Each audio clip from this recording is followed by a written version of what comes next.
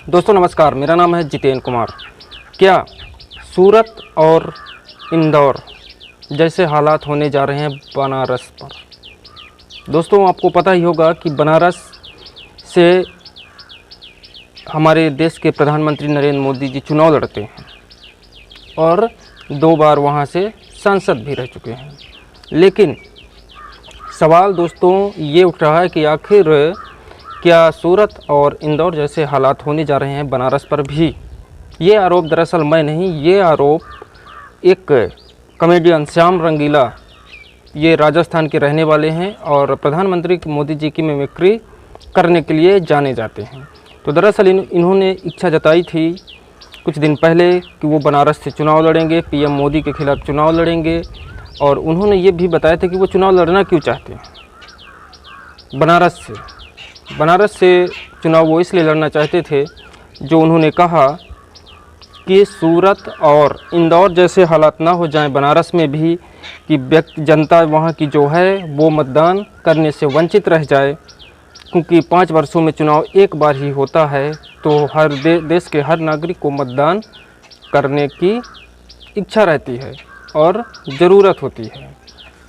लेकिन जिस तरह से सूरत और इंदौर के हालात हुए हैं, उसको देखते हुए श्याम रंगीला ने बनारस से चुनाव लड़ने का फैसला किया पीएम मोदी के खिलाफ, और वो पहुंच गए नामांकन करने बनारस। लेकिन बनारस पहुंचने के बाद पिछले 2-3 दिनों से वो लगातार नामांकन भरने की कोशिश कर रहे हैं, वहां जा रहे हैं कार्यालय पर, उनको नामांकन फॉर्म नहीं दिया जा रहा है। ये आरोप लगा रहे हैं श्याम रंगीला और लगातार प्रयास कर रहे हैं नामांकन करने की, लेकिन उनको अंदर जाने की इजाज़त नहीं दी जा रही है। और आज वहाँ के नामांकन की आखिरी तारीख है।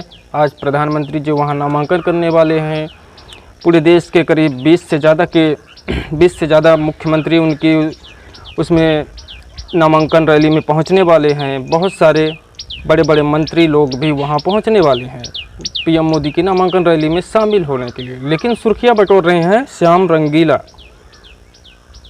और वो आरोप लगा रहे हैं लगातार कि हमें नामांकन फॉर्म नहीं दिया जा रहा है, हमारा नामांकन नहीं लिया जा रहा है।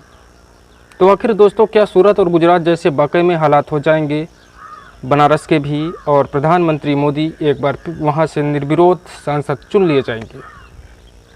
ऐसा आरोप श्याम रंगीला लगा रहे हैं। और वो ये भी कह रहे हैं जब उनका नामांकन नहीं लिया जा रहा है, उनका नामांकन नहीं हो पा रहा है, तो वो आरोप ये लगा रहे हैं दोस्तों कि जिन लोगों का नामांकन हो भी गया है तो उनका नामांकन किसी न किसी कारण से रद्द कर दिया जाएगा और प्रधानमंत्री जी को वहाँ से निर्विरोध सांसद चुन लिया जाएगा। हालांकि 10 वर्षों से प्रधानमंत्री जो वहाँ के सांसद हैं, उन्होंने बनारस को क्योटो बनाने का वादा किया था। कितना क्योटो बना ये नहीं बना, वो ये तो बनारस की जनता बता पाएगी। लेकिन सवाल ये है दोस्तों कि क्या किसी व्यक्ति को चुनाव लड़ने से रोक दिया जाएगा? उसका ये अधिकार भी अब छीन लिया जाएगा, चाहे वो प्रधानमंत्री जी हों, चाहे वो राहुल गांधी हों या कोई भी नेता हो। उसके विपक्ष में कोई भी व्यक्ति चुनाव लड़ सकता है, वो चाहे छोटा नेता हो, बड़ा नेता हो या फिर आम नागरिक। ये हमारे संविधान का अधिकार है। लेकिन जो आरोप श्याम रंगीला लगा रहे वो बेहद गंभीर हैं। उनका कहना ये है दोस्तों कि प्रधानमंत्री जी को हार का डर है। हालांकि इस पर अखिलेश यादव का भी बयान आया था, तो उन्होंने कहा था कि उत्तर प्रदेश की एकमात्र बनारस ही सीट है जो फंसी हुई है। उन्होंने तो दावा कर दिया था कि बाकी जो सीटें हैं वो इंडिया गठबंधन जीत रही है, सिर्फ एक सीट बनारस है जहां फंसी हुई है। लेकिन श्याम रंगीला इतने बड़े चेहरे भी नहीं हैं दोस्तों कि वो प्रधानमंत्री जी को चुनाव हरा पाएंगे। बनारस से चुनाव प्रधानमंत्री जी हार जाएंगे ये सवाल भी नहीं उठता। लेकिन फिर भी श्याम रंगीला को क्यों रोका जा रहा है, सवाल तो उठता है दोस्तों। प्रधानमंत्री जी जब पहली बार बनारस पहुंचे थे 2014 में चुनाव लड़ने के लिए, तो वहां उन्होंने कहा था कि हमें तो गंगा माँ ने बुलाया है। मैं अपने से नहीं आया हूँ, मुझे तो गंगा माँ ने बुलाया है।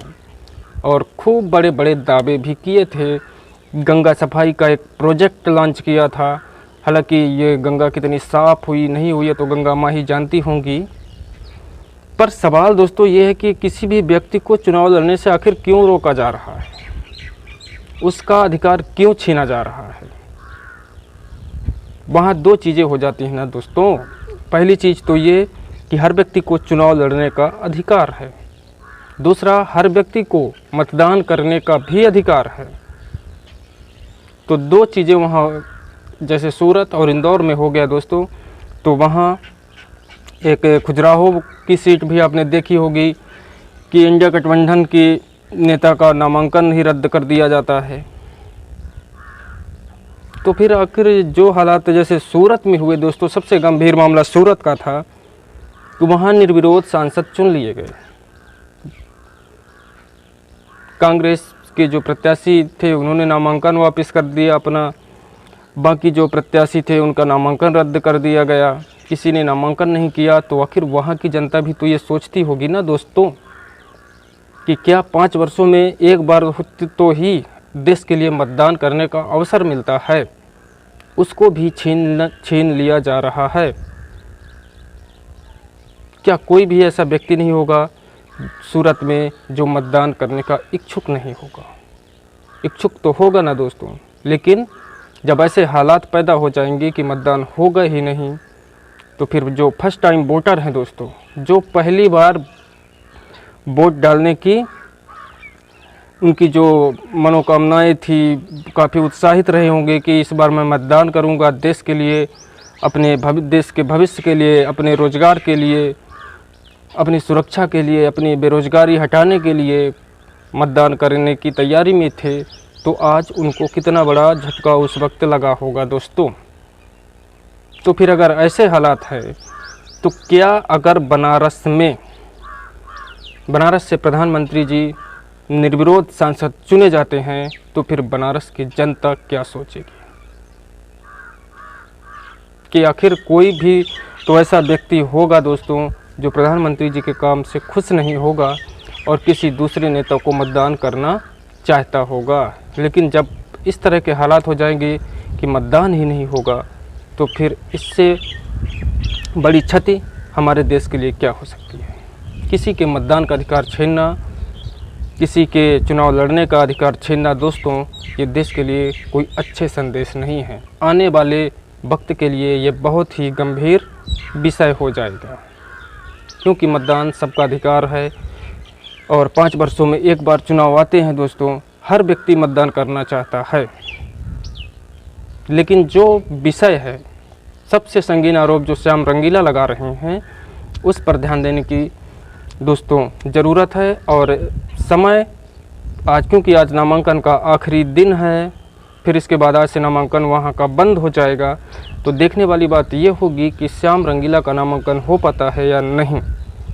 और जो आरोप श्याम रंगीला ने लगाए हैं कि जिन प्रत्याशियों का नामांकन हो भी गया तो क्या रद्द हो जाएंगे और श्याम रंगीला के आरोप सच साबित होंगे, ये तो वक्त ही बताएगा। दोस्तों क्या कहते हैं इस विषय पर आप कि श्याम रंगीला हो चाहे कोई भी व्यक्ति हो, अगर प्रधानमंत्री के खिलाफ चुनाव लड़ना चाहता है तो उसको लड़ने का अधिकार मिलना चाहिए या फिर नहीं? कमेंट पर ज़रूर बताएं। नमस्कार।